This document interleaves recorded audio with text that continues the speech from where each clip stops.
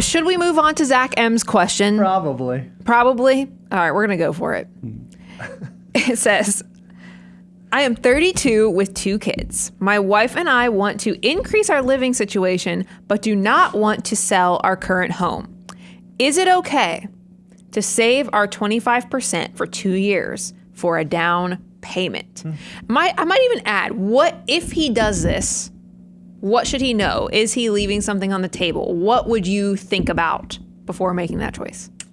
Well, I'll answer your question. Is he leaving something on the table? Absolutely. Every decision we make when it comes to finances has an opportunity cost. If I decide to do this, at the same exact time, I'm deciding not to do this. If I spend money on this, I'm deciding not to spend money here. If I save money in this place, I'm choosing not to spend. So every decision has opportunity cost. So even if you were to say, hey, I need to save I need to cut off my 25% savings going into my future investments, and instead I need that to go towards a house fund so that I can upgrade the house inside the next 2 years. For sure, there is something that you are leaving on the table, because there will always be, just like if you did not make the decision and you kept saving that 25%, is there something you're leaving on the table? Yeah, it's the ability to be able to buy the next home.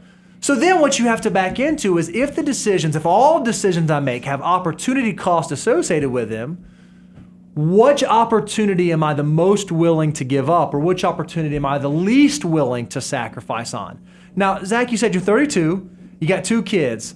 I don't for sure know why you want to increase the standard of living. Perhaps it's because the house right now is literally not big enough for the family. Kids are getting bigger and they're bumping into each other, or maybe it's for school system, or maybe it's for something else. And those types of decisions would have probably a higher level of priority over, man, I just don't love my floor plan. I just wish my floor plan was a little bit better, because then we would enjoy the house a little bit more. You have to decide, how serious is the need to change your housing circumstance?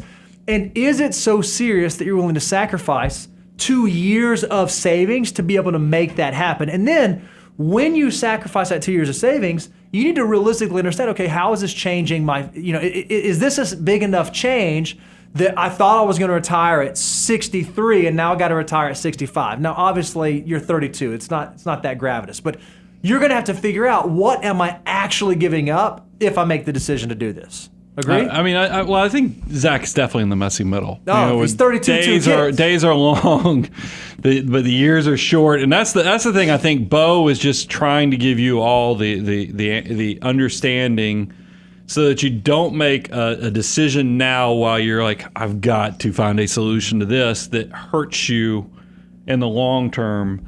Because the 25%, that's very good that you've already reached that, but now you're already in this home that now it's not meeting all your needs, and probably because of the inflation and everything else, the upgrade is going to be a lot harder. Mm-hmm. So he's just trying to figure out, what options do I have? And this is something that I think all of society could use right now, is try to make sure you avoid the extremes. And the fact that I think a lot of times we all go, all right, well, I'm going to maybe what I need to do is just shut off all my saving and investing so that I can allocate it 100% towards this house, because that will fix my problems right now, where my house is too small for these crazy kids and everything else that's going on.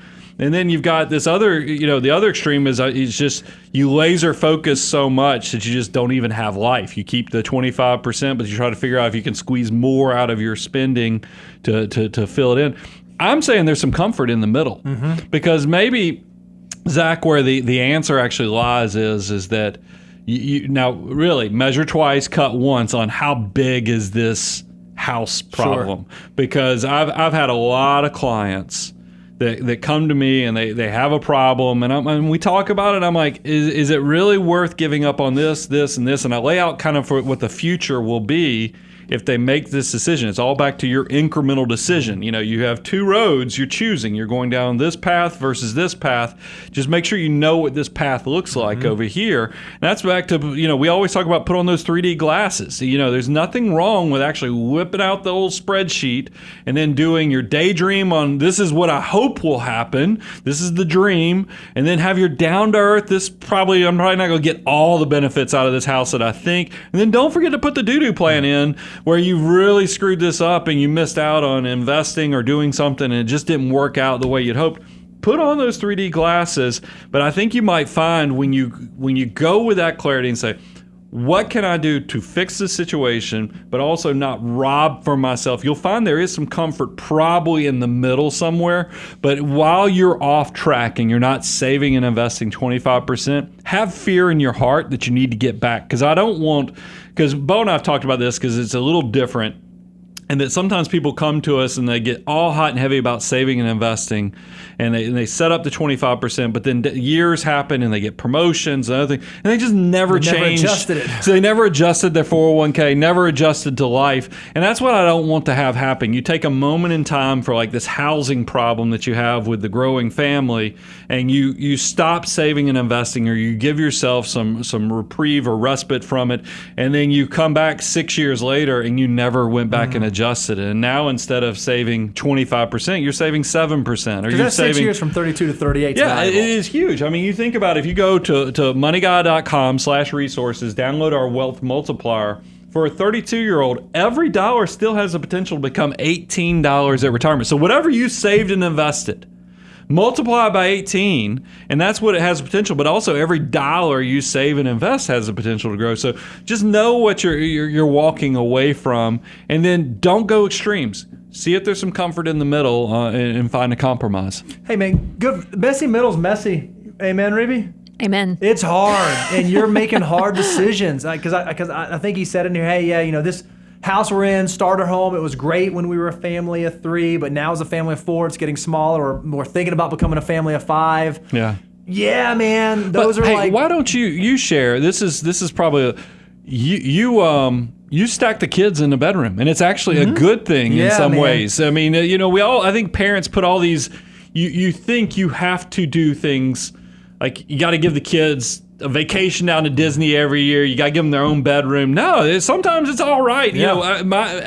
I'll set it up. My poorest time of my childhood in middle school was my happiest because my parents were around and all that stuff. You've actually made some decisions with your kids. Yeah, so I've got 2 girls that are 2 years apart, and even though we built a new house and it was all wonderful and everything, we were like, you know what, we want our kids to be in the same room. Like, we're going to make the decision that we're going to have our girls be in the same bedroom. Now, we did it for like the parenting because we want them to learn how to like share with one another and learn for them to get along, and like they're going to learn like very awesome life skills being able to do that. Don't just think because the family is growing you have to like change. Like, you can implement solutions like that can still work inside the environment in which you are living. There's nothing wrong with getting creative. There's nothing wrong with even getting creative for a time. Maybe that's a bridge if you're going to have baby number 5 to get baby number 5 from the crib into the, you have some options there.